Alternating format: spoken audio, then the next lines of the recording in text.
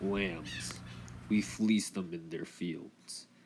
But have you heard of the wild species, mini lamb?